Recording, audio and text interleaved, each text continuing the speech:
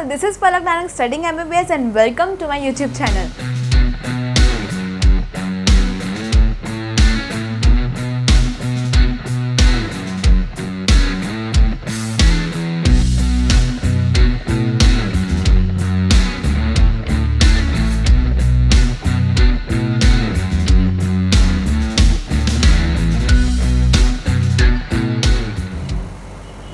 So today we are going to start with our fourth phylum, that is Ctenophora. Polyphera complete हो गया है, Coelenterata / Cnidaria भी complete हो गया है. Now we'll start with Ctenophora. If you have not watched those videos, then you can. अगर आपको नहीं आता था, नहीं तो टेक्स्ट बुक में से अगर आपने पढ़ लिया है तो वेल एंड गुड. तो अभी हम स्टार्ट करते हैं Ctenophora से. हाँ, Ctenophora से.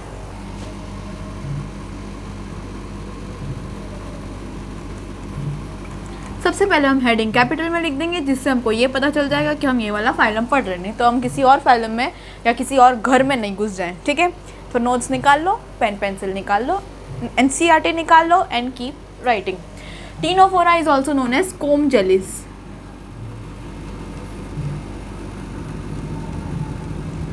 कोम जेलीज क्यों बोलते हैं आगे बढ़ेंगे. या फिर इसको बोलते हैं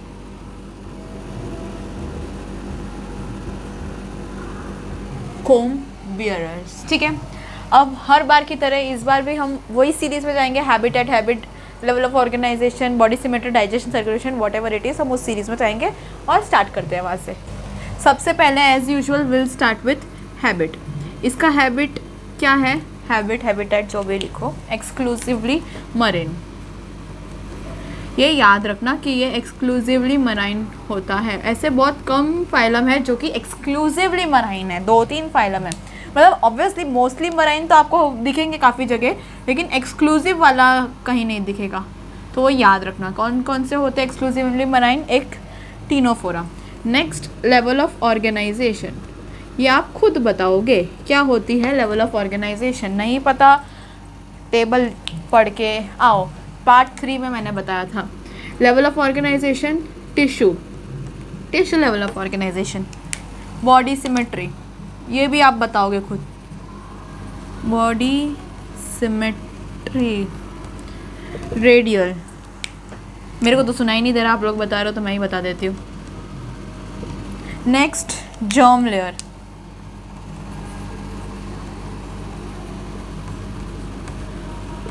कितनी जर्म लेयर्स होती है? क्या वो डिप्लोब्लास्टिक होता है कि ट्रिप्लोब्लास्टिक होता है? डिप्लोब्लास्टिक. डिप्लोब्लास्टिक है, इसका मतलब इसमें 2 लेयर है. बाहर वाली क्या होती है? एक्टोडर्म होती है. अंदर वाली होती है एंडोडर्म होती है.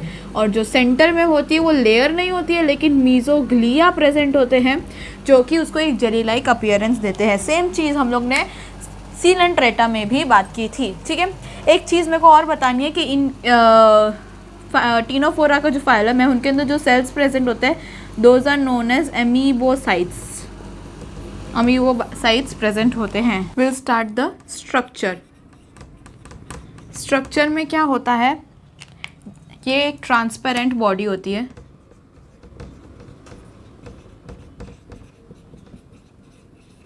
जिसके अंदर 8 कोम प्लेट्स प्रेजेंट होते हैं जो कि सीलिएटेड होते हैं.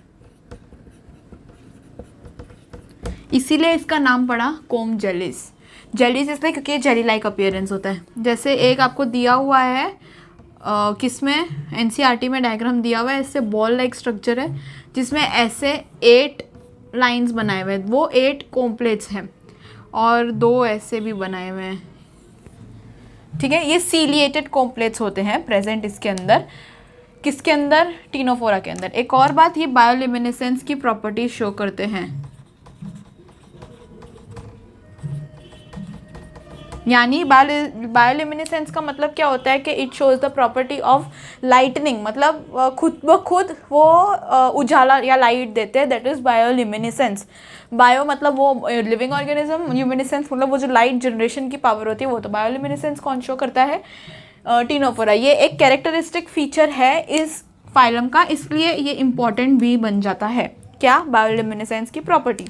और इसमें 8 कोम प्लेट्स होते हैं, इसीलिए उसका नाम कोम जेलीज या कोम बियरर्स भी होता है.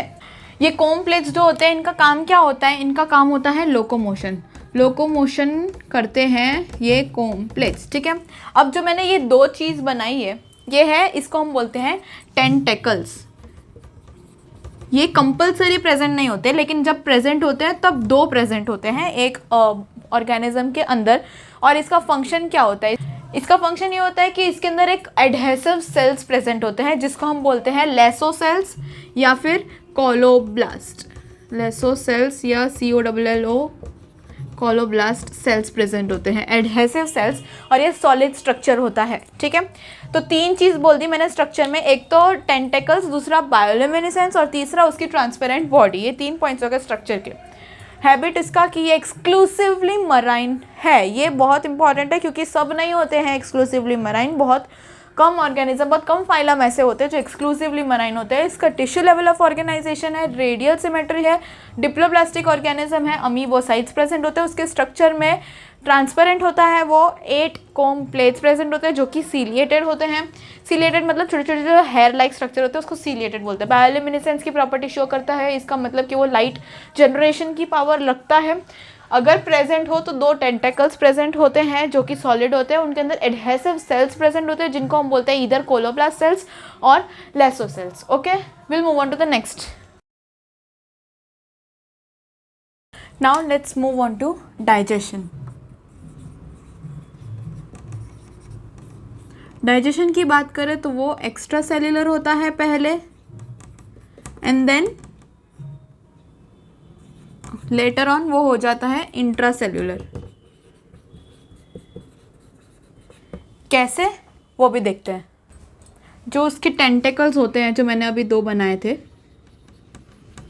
वहाँ से वो जाता है गैस्ट्रोवेस्क्यूलर कैविटी में। गैस्ट्रोवेस्क्यूलर कैविटी में फर्दर जो डाइजेशन होती है दैट इज एक्स्ट्रा सेल्यूलर। उसके बाद वो फूड वैक्यूल के अंदर जाता है और वहाँ पे जो डाइजेशन होती है दैट इज इंट्रा सेल्यूलर। तो इस तरीके से पहले एक्स्ट्रा सेल्यूलर फिर इंट्रा सेल्यूलर डाइजेशन। सेम चीज़ मैंने आपको सीरेंट्रेटा में भी बताई थी कि first it performs extra cellular digestion and then it performs intra cellular digestion, ठीक है। सेम हम लोग ने इधर भी पढ़ा। अब इसकी सेंस ऑर्गन की बात करें तो सेंस ऑर्गन में स्टेटोसिस्ट होता है। स्टेटोसिस्ट मतलब क्या,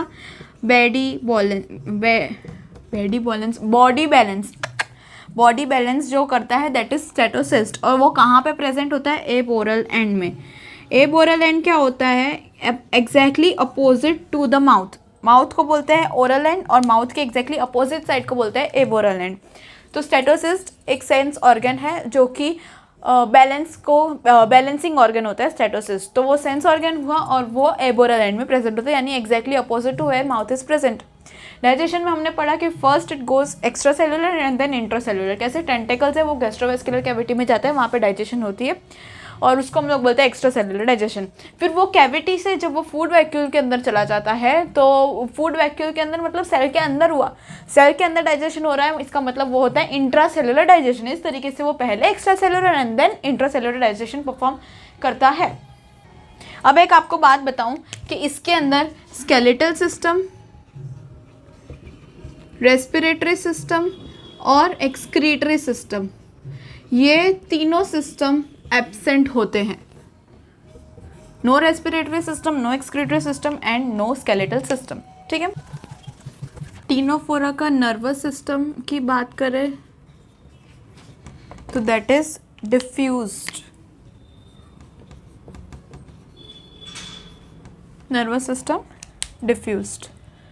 नेक्स्ट रिप्रोडक्शन की बात करें तो हर्माफ्रोडाइट,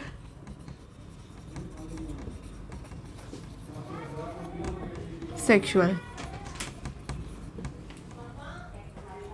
हर्माफ्रोडाइट का मतलब कि both sexes are present on same organism, मतलब मेल और फीमेल जो ऑर्गन होंगे वो सेम ही एक ही ऑर्गेनिज्म के अंदर प्रेजेंट होंगे, दैट इज हर्माफ्रोडाइट। हर्माफ्रोडाइट का मतलब मैं वापस बोल रही हूँ, एक ही ऑर्गेनिज्म में दोनों सेक्स ऑर्गन्स प्रेजेंट हो तो दैट इज हर्माफ्रोडाइट ऑर्गेनिजम्स। जैसे कि अर्थवर्म हर्माफ्रोडाइट होता है, उसके अंदर दोनों सेक्स ऑर्गन्स प्रेजेंट होते हैं। सेक्सुअल रिप्रोडक्शन मतलब मेल और फीमेल अलग अलग, मतलब मेल और फीमेल साथ में जो रिप्रोडक्शन करते हैं वो होता है। सेक्सुअल रिप्रोडक्शन के लिए सिर्फ एक ही पेरेंट की जरूरत होती है, इसमें 2 पेरेंट चाहिए होते हैं, ठीक है। तो सेक्सुअल रिप्रोडक्शन होती है। फर्टिलाइजेशन की बात करें हम, तो फर्टिलाइजेशन होती है इसकी external fertilisation.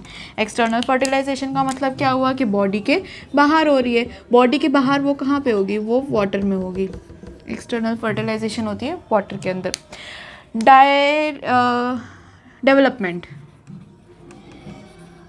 Development is indirect. Indirect मतलब डायरेक्ट डेवलपमेंट नहीं है, सीधी सी बात।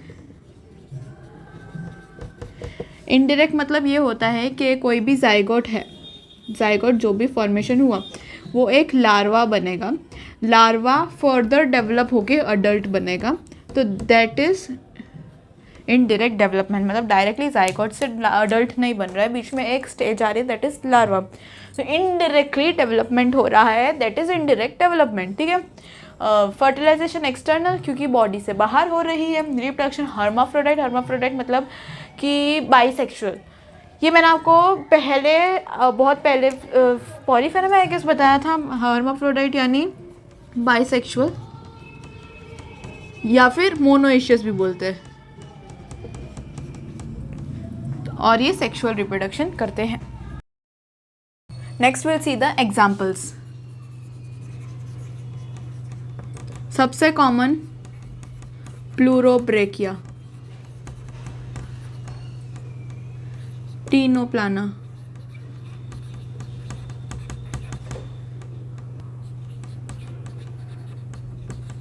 फॉर्मिफोरा,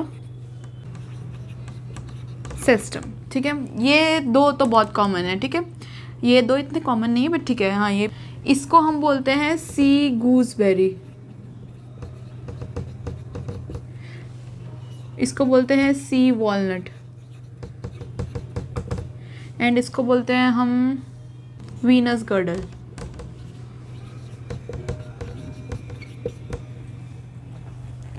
सो ये है हमारे 4 एग्जाम्पल टीनोफोरा के। ये यहाँ पे कंप्लीट होता है हमारा phylum number 3 that is Ctenophora. Next class में हम स्टार्ट करेंगे from Platyhelminthes. With that I will wrap up the lecture. Thank you.